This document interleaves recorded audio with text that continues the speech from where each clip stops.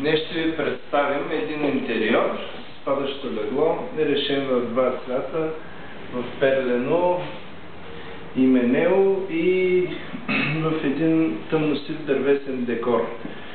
Първо ще започнем от тая част, където до светлината имаме работен кът, голямо просторно бюро с две розетки за компютри, с помощно бюро шкафче, където има доста място за склад.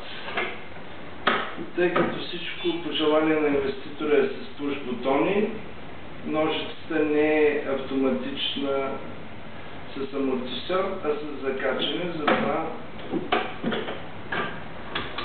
закачането и откачането става малко различно. Ето, дигнем по-нагоре, не може да се закачи, това е когато го сваляме. Имаме тук интересна композиция, окачена нагоре. Мека мебел ъглова в червено и една любопитна маса с тигърски, който служи за работа, за бързо хапкане, докато се гледа телевизия и съответно пространство за съхранение на вещи. По-натам, до падащото легло, имаме една подвижна масичка, която може да се ползва от канапето като помощна масичка, а същевременно за нощно шкафче, когато се ползва леглото. От двете страни на леглото композиция от гардероби, всичко също е на пуш бутони.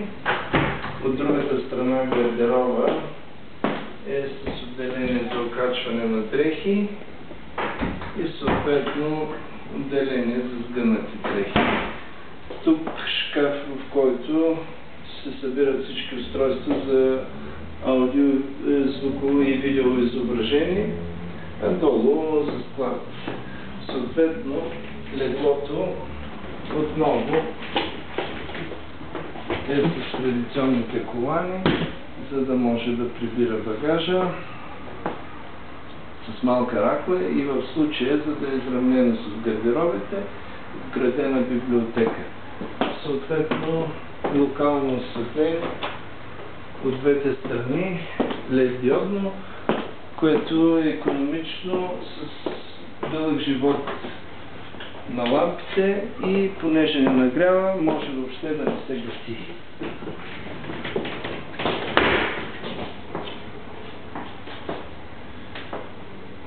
Тук ще се прекарат кабелите и ще има декоративна лайсна за телевизора.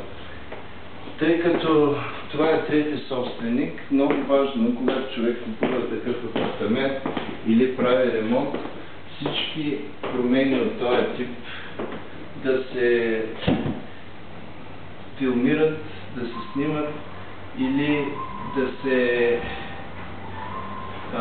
прави някаква схема, за да може да не се случва това нещо, което все пак поражда проблеми. Пробита тръба, тя е свързана с ремонт на тръбата, с ремонт на строителната част, така че хубаво е тези работи да се вземат предвид. Благодаря за гледането.